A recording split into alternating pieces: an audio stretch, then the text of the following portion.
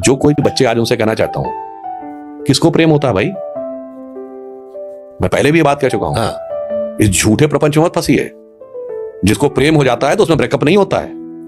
जो ब्रेकअप हो प्रेम नहीं होता, उसको कहिए अट्रैक्शन। अट्रैक्शन में कौन ये फीलिंग होती है कि मुझे कुछ चाहिए और मुझे तुझसे कुछ चाहिए, नहीं पूरा हुआ तो फिर देख लूंगा या देख लूंगी। कि वास्तविकता में प्यार तो 0.1% में नहीं होता। बहुत बड़ी चीज है प्यार। उसको आप ऐसे समझिए, जो वसीम बरेलवी साहब का एक बड़ा प्रसिद्ध शेर है कि माना मुझे अपना हाल बयां करना नहीं आता, तुझे भी तो उसे एहसास करना नहीं आता। वो दिन गए जब मोहब्बत हुआ करती थी जान की बाजी, अब कोई बिछड़ जाए तो कोई मर नहीं जाता। तो आप ये समझिए, अब तो उल्टा ये कहता है मैं मार के काट के सूटकेस में भर दूंगा। ये प्यार नहीं होता।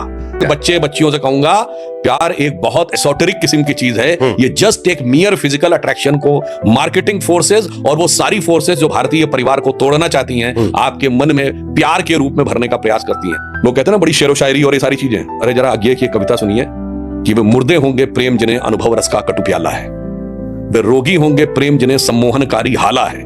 मैंने विदग्ध हो जान लिया, विदग्ध मतलब जलकर, मैंने विदग्ध हो जान लिया, अंतिम रहस्य पहचान लिया, मैंने आहुति बनकर देखा यह प्रेम यज्ञ की ज्वाला। और मैं कहना चाहता हूं, जो लोग लव कहते हैं तो उसके लिए क्या वर्ड यूज होता है? Everything is fair in love and war.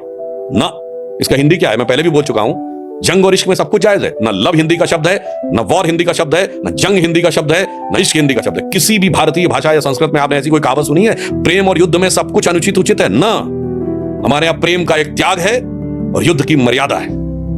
इसलिए इस मैं कह रहा हूं, इस छलावे में मत आइए। इसीलिए आजकल झगड़े, डाइवोर्स और एक दूसरे के प्रति अनेक प्रकार के जो बहुत जल्दी कटुता का भाव, क्योंकि जब आप सिर्फ अट्रैक्शन है तो रिपल्शन भी होगा।